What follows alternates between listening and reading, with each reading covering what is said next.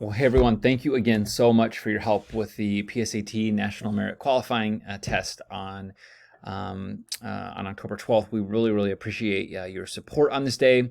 And yeah, we always have several National Merit Qualifiers, and besides their hard work, certainly you running a great testing environment certainly helps. So a couple quick things. There is no morning meeting. This video takes the place of that. We have a master link of resources that includes the training materials, the cheat sheet, just really anything you need, student roster, etc.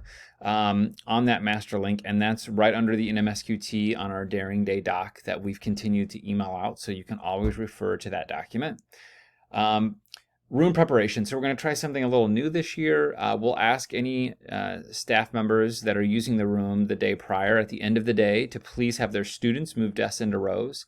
Prior to doing that, we'll ask them if they want us to move them back, that they can give Suzanne and I a picture of the desks, and we would then ask your students at the completion of testing to try to put those desks back in pods. And we'll see how that works, just to try to help out the teacher running it in the morning and the test in the morning, but also the staff member who's loaning us their room to give this test. So if it doesn't work out, they may not be in rows just yet, but hopefully if they've moved them and provided us a picture, we can get them back for them before you dismiss your students for the day. Coffee will be available in the staff cafe that morning. It is a PLC Wednesday. Materials will be ready to be picked up at 8 a.m. Accommodated materials will be in 2200, and non-accommodated standard time materials will be located in the East Student Cafeteria, so right next to the staff cafe. Faculty that are highlighted need to go pick up their materials for their rooms, and that's on the staff document. Again, I recognize PLC start at 7:45 and they're not done by 8. We're not asking you to be there right at 8. We just want you to know when the materials are available. So do what you got to do. I recognize some of you have some flexibility and some of you do not. So please grab the materials when you can. And certainly we'll do what we got to do. There's not a lot of bubbling prior to the test. So it's also a bit of a shorter test as well. In terms of safety, this was kind of an old slide, but relative to COVID, obviously, masks are not a thing this year. The most important thing relative to breaks is just that they're short, that students really shouldn't be loitering in the hallway. They can take their break in their room. They just really shouldn't be eating in the room or drinking water near the answer sheet in the room. So, if they're just standing in the hallway, we're sending them back into their rooms because it just becomes too loud for the other rooms that are testing and not on the same schedule as you. So if you are on a break, if you could peek your head out into the hallway, if you see kids, your students loitering, get them back in. They can talk and move around in the room. We just don't want them eating or drinking in the room. Also, please never leave the materials, especially for the National Merit Qualifying Test, alone in the room with you or the other kind of proctor by itself. There always should be an adult in the room. Before testing, again, we'll hopefully have the room arranged. If not, you'll arrange the room. Students, as they enter, will get a P for present, A for absent. If they don't come, they don't come. There is no makeup exam. Or the other thing that I want to note is students may enter your room up until you've started reading the directions for the actual test. So if they arrive 5 minutes late, if you haven't started the testing directions, they still technically can come in. As they're coming in, one of you is probably checking them in. One of you is assigning them to their desk. Again, they should not pick their desk. I would, if you know the student, you don't have to ask for any ID because it's their home school. I would triple check that the phone's off, when they check in or once they're in their seats, whatever seems most time effective for you. You are welcome to use cell phone hotels. We are not collecting them. So, students, it's really advantageous for them to make sure that phone is as far away from them and off as possible. It going off in a cell phone hotel versus it going off and it being physically on them could be treated differently. And so they really, especially the students, and several of them are trying to qualify for national merit, the last thing they want to do is void their score. For the pre-administrative tasks, we're supposed to have labels. They're not in yet, but we anticipate there being labels. which means that there's really very little that they have to bubble in unless something is wrong. So the thing that they have to bubble in is field 5, which is if they want to qualify for national merit. There's really no reason why a kid should bubble no. They should all just bubble yes, that they are trying to do that. Field 17 is optional. It's about race, and technically that's on their label, but we would just encourage them all to put the race that they identify as, is that can open up additional doors for a variety of scholarships from the College Board, whether that's first gen or students of color, fill in the blank. So I would definitely encourage them for Field 17 to also do it. Field 5, they should definitely do it. They don't want to not qualify because they didn't check that box. So again, the only reason they might need to bubble in is because something is wrong on their answer label. The thing that I would be most concerned about would be name. We are going to use names as they sit in PowerSchool unless it is not their biological name, in which case we've probably gone back and bubbled in their name given at birth or their legal name, because it can really cause chaos during the college application process or finding College Board scores. Students who are in that situation will be notified ahead of time, and their counselors as well, in terms of what to expect when they sit down in your room. Also, if there are unique circumstances relative to names and a student that require your attention, the counselor or I will definitely give you a heads up as well. The pre-administrative tasks, so you've got, field A, B, C, and D relative to different form codes or the test ID or the test serial book number on the back of the answer sheet. Those are unique to your room and to your kid. You will find the form code, the serial number, the test ID, all on the individual testing booklets that the kids use. Please, sometimes they look fake. If you have questions about where goes, what goes where, please let us know. The serial number,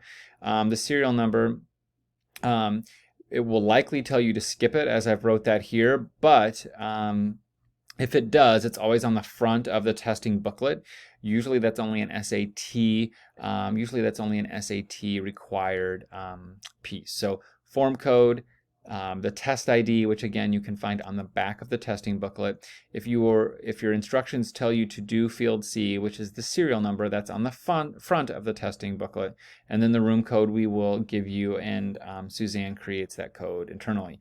Of course, we cannot score these unless the students sign, print, whatever, the certification statement, so please make sure they do not skip the certification statement. We'll be in the hall prior to the test if you have any questions about what goes where. It's pretty specific, but again, sometimes it doesn't look, it looks like it's an example and not the real thing. The seating charts, you're going to pass out the test booklets in a serpentine pattern. Again, you are not allowing students to pick their seats, so you're just going to zigzag through the aisles as you do that. Typically, student initials work for your seating chart, which is on paper. This will be one of the final years that it's on paper. It's going to be electronic in the future.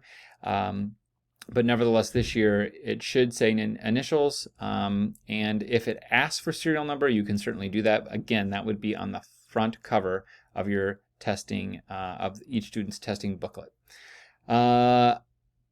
During testing, so weird things can happen, right? Students can ask to go to the restroom in the middle of the test. That's not an irregularity. They can do that. They don't get the time back.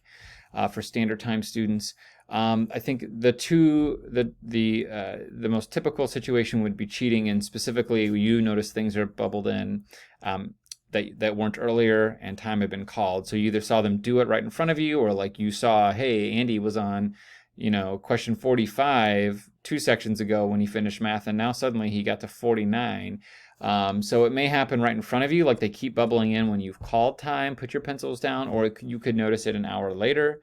I think the most important thing to do is to document it. Document what you say. It's important to quietly address it in the moment. Document what you say, when you say it, and what the student's action is. Don't be disruptive about it. Don't make a scene about it right away. Again, document it. Document your verbal warning, what you saw, the time, what the student's action was. Like, did they stop doing it? Especially if it's in the moment. And if we have to dismiss a student, I would be the one to come and do that, and we'll get them down to their dean and team director. if a cell phone goes off, just get the darn thing off. We'll figure out whose it was. Note the cell phone, bring it over, keep it with you, and then we'll figure out whose cell phone it was at the end of that test. Note how long it goes off, etc. But don't cause a scene with the cell phone in the middle and try to figure that and problem solve that irregularity in the middle. Just get the darn thing to turn off, and we'll figure it out at the break. Worst case scenario is, of course, the fire alarm. If a fire alarm goes off, you will have students put their answer sheets inside their testing booklet, that you will close it. You will note somewhere how far into the test that you are.